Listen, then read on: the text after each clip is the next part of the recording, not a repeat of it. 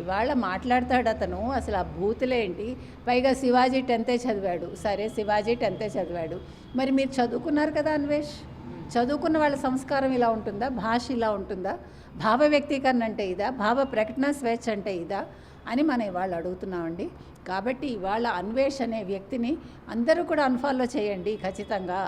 ఇప్పుడు పొద్దున్న ఒక ఛానల్లో చూశాను, ఒక ఆవిడ, నేను క్రిస్టియన్ అండి, కానీ సీతాదేవిని ద్రౌపదిని అన్వేష్ అన్న వ్యక్తి మాట్లాడింది విన్నాక నేను చాలా బాధపడ్డాను. మతం ఏదైతే ఏంటి, అతను కించపరిచాడు హిందూ దేవుళ్ళని దేవతలని. కాబట్టి ఇలాంటి వాళ్ళ మీద చర్యలు తీసుకోవాలని ఆవిడ లైవ్లోకి వచ్చి చెప్తున్నారు. నేను అంటున్నది అది, ఏ మతమైనా సరే. ఇప్పుడు క్రిస్టియన్స్కి సంబంధించి ఒకవేళ మేరీ మాతను ఏదైనా అంటే మనం సహించం కదా, సహించకూడదు.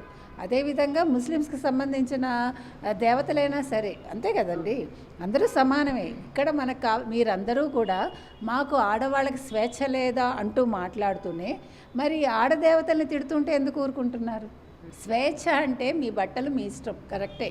కానీ ఒక రిక్వెస్ట్ ఏంటంటే, మీరు బట్టలు వేసుకుంటే మీరు సినిమాల్లో వేసుకునేది స్క్రీన్ మీద చూస్తారు. అంటే మనిషిని మనం దగ్గరగా చూడటానికిను ఒక తెర మీద చూడటానికి తేడా ఉంటుంది. ఆ ఫీల్ అనేది నేను మాట్లాడేది. ఇప్పుడు అనసూయ లాంటి సెలబ్రిటీస్ వాళ్ళు ఏ బట్టలైనా వేసుకోవచ్చు, ఆ స్వేచ్ఛ ఆవిడకు ఉంది. కాకపోతే మనం చెప్పేది ఏంటంటే, మీరు మళ్ళీ ఎదురుగుండా చూసినప్పుడు మీ పర్సనాలిటీకి మీరు అలాంటి బట్టలు వేసుకున్నప్పుడు చిన్నపిల్లలకి కలిగే భావనలేంటి, అది తల్లిదండ్రులు కంట్రోల్ చేయలేరు కదా. ఇప్పుడు మిమ్మల్ని ఫిజికల్గా కంట్రోల్ చేయగలం, మానసికంగా పిల్లల్ని మనం కంట్రోల్ చేయలేం.